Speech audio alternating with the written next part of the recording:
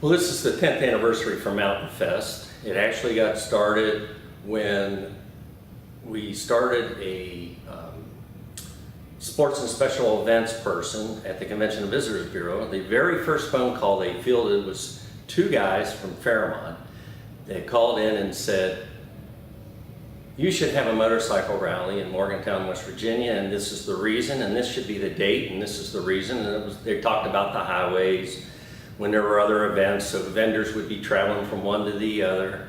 And so Jay Redmond, who was the sports and special events person at that time, contacted me here at Triple S, contacted the Honda store, and contacted other people in the motorcycle, and that's how MountainFest got started. Originally there were 17 board members, and people got burnt out because they spend 300-400 hours a year and they have families, etc. But we planned for a year and a half before we had our first one. We had about 8,000 people the first year. Of course, we thought we'd have 50,000.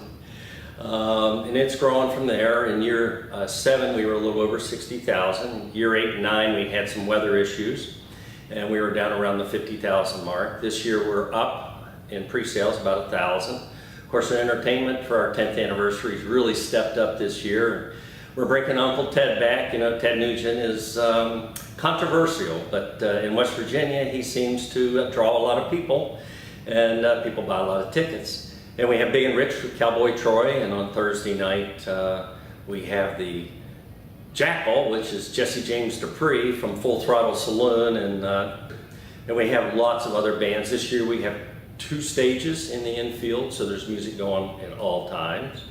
We open a little later, we close a little later this year. We've moved the Coal Bucket Saloon back up to the campground, which, by the way, the campground sold out this year, which is a pleasant surprise because usually we haven't been selling it out the last few years. It's a great event for the community. About 40% of the people that come are not motorcyclists.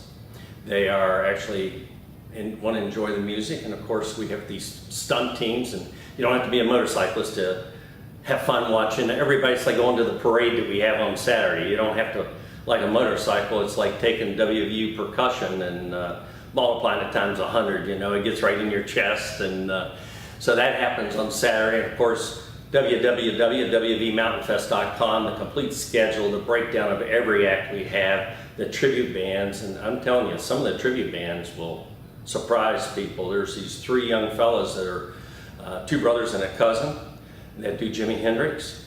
The economic impact every year, at year 7 was our biggest impact. It was somewhere between $10 and $12 million for the area. I went north central West Virginia and southwestern PA because people stay as far away as Pittsburgh in year 7.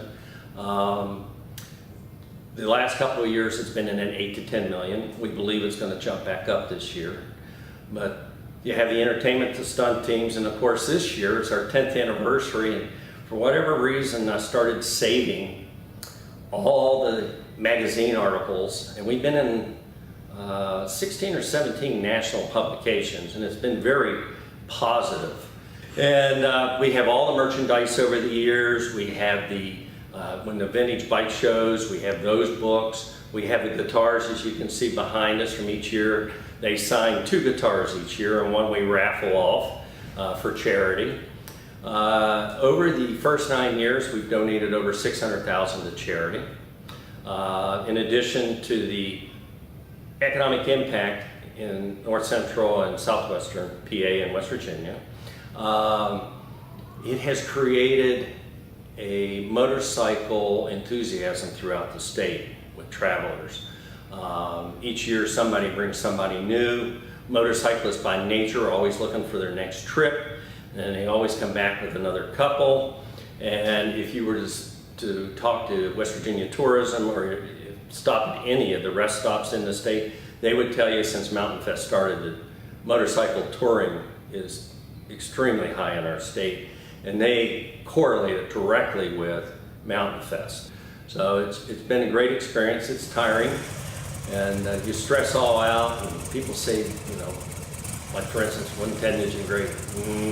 I was there, but I'm too worried about making sure everybody else is having fun, and putting out fires if there are any or any issues. The most fun you ever have is on Saturday, right near the end of the main act, and you look out and you see all these people having a blast. And you're like, that's pretty cool.